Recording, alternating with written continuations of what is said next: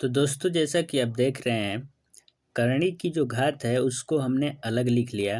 अब हम इसको बराबर करेंगे तो बराबर करने के लिए हम इन घातों का जो है कि एलसीएम निकालेंगे। तो इनका जब एलसीएम निकालेंगे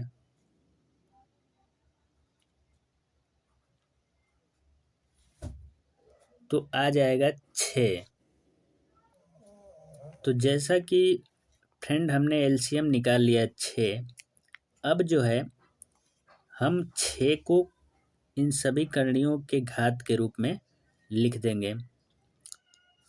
तो ये हो जाएगा, सॉरी 3 नहीं 6 होगा, 6√2 कामा 6√3 कामा 6√4। तो जैसा कि देख रहे हैं कि अब जो है सभी करणियों का घात जो है समान हो गया। अब जो हम अगला काम करेंगे, जो हम एलसीएम निकाले हैं उसमें 3 से भाग देंगे तो बच जाएगा 2।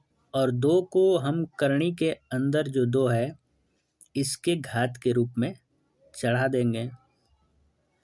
उसके बाद फिर 6 में हम भाग देंगे 2 से तो आ जाएगा 3 और हम 3 के पावर 3 कर देंगे। उसके बाद हम 6 में 3 से भाग देंगे तो आ जाएगा 2 और उसको 4 के पावर लिख देंगे। अब हम देख रहे हैं कि हमारा जो करणी का घात है वो सेम है। तो अब हम आसानी से इसमें कौन बड़ा है और कौन छोटा है वो पता कर लेंगे।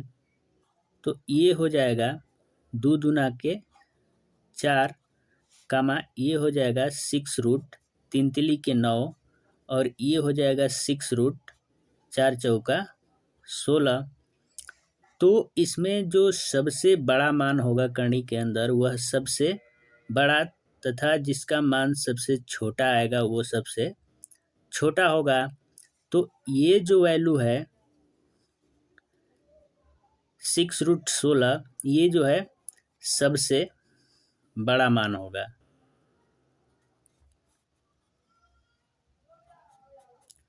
और चूंकि यहाँ पे 6√4 है तो ये जो है सबसे छोटा मान होगा।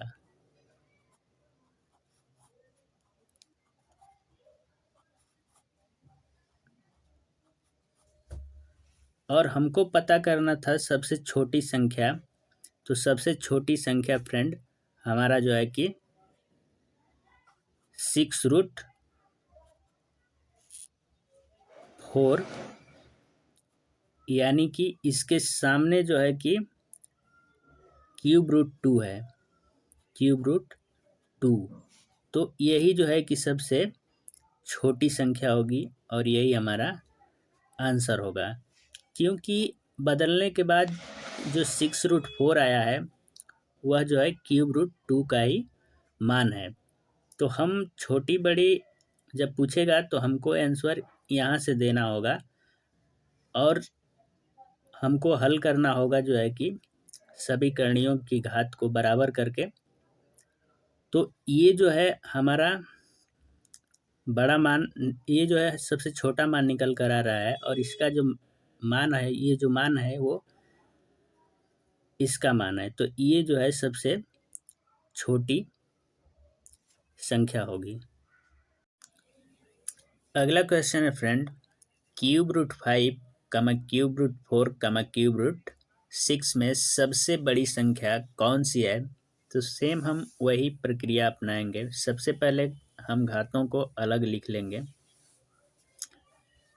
3 यहाँ कुछ नहीं है तो 2 माना जाता है और यहाँ हो जाएगा 3।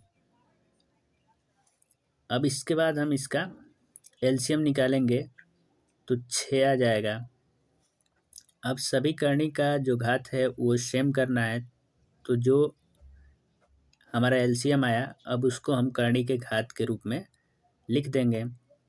तो ये हो जाएगा 6√5 कामा 6√4 कामा 6√6। अब जो है कि अगला स्टेप हमारा होगा, हम 6 में 3 से भाग देंगे तो बच जाएगा 2, और 2 को जो है कि हम 5 के पावर के रूप में लिख लेंगे। उसके बाद हम 6 में भाग देंगे 2 से तो 3 आ जाएगा, और 3 को हम 4 के पावर के रूप में लिख लेंगे। उसके बाद 6 में 3 से भाग देंगे तो आएगा 2, और हम 6 के पावर के रूप में इसको लिख लेंगे। अब जो हम अगला स्टेप लेंगे वो हो जाएगा 5 का वर्ग हो जाएगा 25, कामा 6 रूट 4 का क्यूब हो जाएगा 4 चौके 16 और 16 चौका 64, और ये हो जाएगा 6 का वर्ग 36। तो करणियों में कौन सबसे छोटा और कौन सबसे बड़ा है, इस बात को पता करने के लिए हमको करनी की जो घात है उसको सेम करना बहुत ज़रूरी होता है। और यहाँ पे सभी घात जो है कि बराबर हो गए हैं, तो अब हम आसानी से इसमें बड़ा और छोटा निकाल सकते हैं। करनी के अंदर जो वैल्यू बड़ा होगा वो सबसे बड़ा, तथा जो छोटा होगा वो सबसे छोटी संख्या होगी। तो जैसा कि हम देख रहे हैं यहाँ पे 6 रूट 64 ये जो है सबसे बड़ा मान होगा, सबसे बड़ा। और 6 रूट 25 जो है सबसे छोटा होगा, सबसे छोटा। तो हमारा आंसर ये नहीं होगा और ना ही ये होगा। हमको आंसर देने के लिए इसके सामने आप देख पा रहे हैं क्यूब रूट 5, तो सबसे जो छोटा होगा वह होगा क्यूब रूट 5। तो जो हमारा आंसर होगा, चूंकि यहाँ पे पूछ रहा है सबसे बड़ी संख्या, तो सबसे बड़ी संख्या फ्रेंड जो है कि 6 रूट 64 है। तो उत्तर हमको देना होगा, तो उत्तर में हम अंडर रूट 4 को लेंगे। तो ये जो है हमारा आंसर होगा। आंसर में हमको ये नहीं लिखना है क्योंकि ये जो है इसका वैल्यू है, तो हम आंसर में करनी में 4 लिखेंगे, और यही जो है कि सबसे बड़ी संख्या होगी। और सबसे छोटी संख्या अगर पूछेगा तो हम इसको नहीं लिख करके इसको लिखेंगे, और ये जो है कि हमारा आंसर होगा। तो उम्मीद करते हैं आप इस बात को समझ रहे होंगे। अब देखते हैं अगला क्वेश्चन। अब हमारा अगला क्वेश्चन है फ्रेंड 4 रूट 10 कमा 3 रूट 6 कमा 4 रूट 3 को आरोही क्रम में लिखिए। तो हम फिर वही प्रक्रिया अपनाएंगे।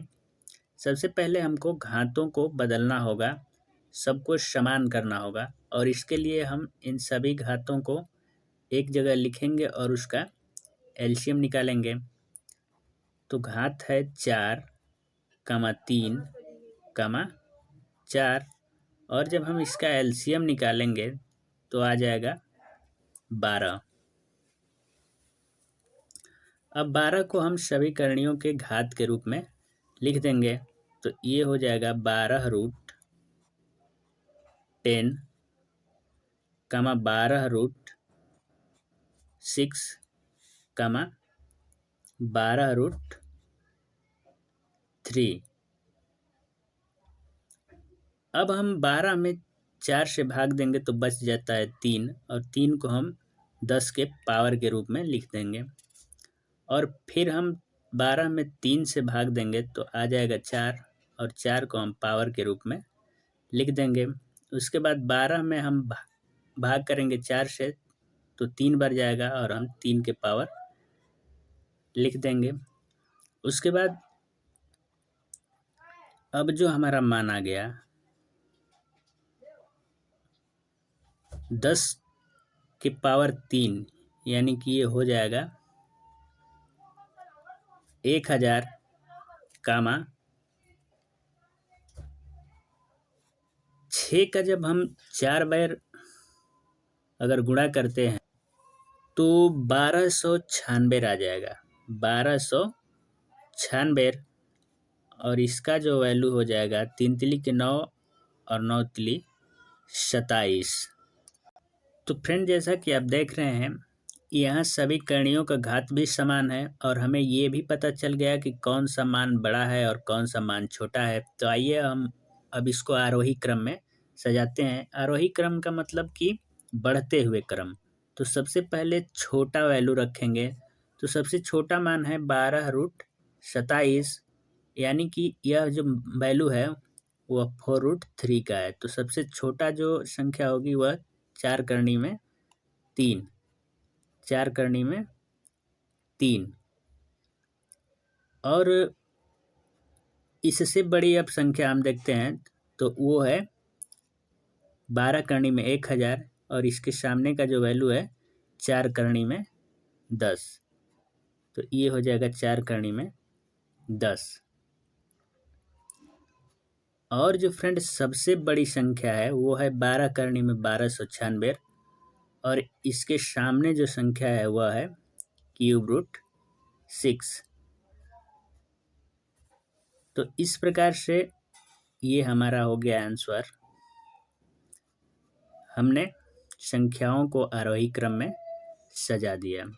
तो उम्मीद करते हैं कि आपको ये क्वेश्चन समझ में आ गया होगा। अब हम देखते हैं अपना अगला क्वेश्चन। अगला प्रश्न है फ्रेंड 4√7, (3√5, 4√10 को अवरोही क्रम में लिखिए। तो फिर हम सेम काम करेंगे, घातों को लिख लेंगे 4, 3 और 4 और इसका हम एलसीएम निकालेंगे तो 12 आ जाएगा। अब 12 को सभी करणियों के घात के रूप में लिख लेंगे। ये हो जाएगा 12√5 और ये हो जाएगा 12√10। अब फ्रेंड अगला जो हम काम करेंगे 12 में 4 से भाग देंगे तो 4 तिहाई 12 और 7 के ऊपर हम घात के रूप में इसको लिख देंगे। फिर 12 में हम 3 से भाग देंगे तो 4 बार जाएगा और 4 को हम 5 की घात के रूप में लिख देंगे। और फिर हम 12 में 4 से भाग देंगे तो 3 बार जाएगा और 3 को हम 10 के पावर के रूप में लिख देंगे। तो हमारा ये आ गया 7 तिली के 21 और 21 साते हो जाएगा आपका। सॉरी, हमको यहाँ पे 7 का क्यूब करना है। जब 7 का क्यूब करेंगे तो 7 साते 49 और 49 साते 343 हो जाएगा। और यहाँ पे फ्रेंड हो जाएगा हमारा, जब 5 का 4 बार गुणा करेंगे तो 5 5 25, 5 125 और 125 5 625 और यहाँ पे हो जाएगा 10 का 3 बार गुणा करेंगे तो 1000। इस प्रकार से हमको यहाँ पे पता चल जाता है कि कौन बड़ा मान है और कौन छोटा। तो हम आसानी से अब इसको अवरोही क्रम में बदल लेंगे। तो अवरोही क्रम का मतलब होता है घटते क्रम में।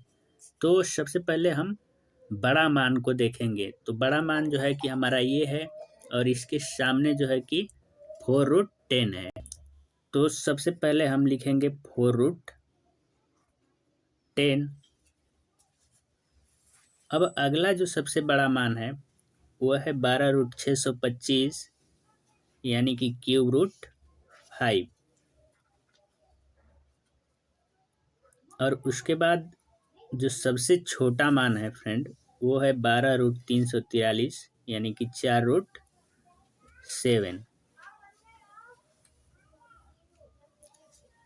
इसमें जो ध्यान देने वाली बात है वो है कि हम इसको उत्तर के रूप में नहीं लिखेंगे, आंसर के रूप में हम इसको कभी नहीं लिखेंगे, क्योंकि हमको इसमें बताना है कि कौन बड़ा और कौन छोटा है। हम केवल ये जो काम कर रहे हैं इसमें बड़ा छोटा पहचानने के लिए काम कर रहे हैं। तो हमको आंसर अगर देना होगा तो इन संख्याओं से ही देंगे और इन्हीं को आरोही और अवरोही क्रम में लिखेंगे। तो उम्मीद करते हैं आपको ये क्वेश्चन समझ आया होगा। तो वीडियो को ज़्यादा से ज़्यादा शेयर तथा लाइक करें और चैनल को सब्सक्राइब करें। Thank you very much.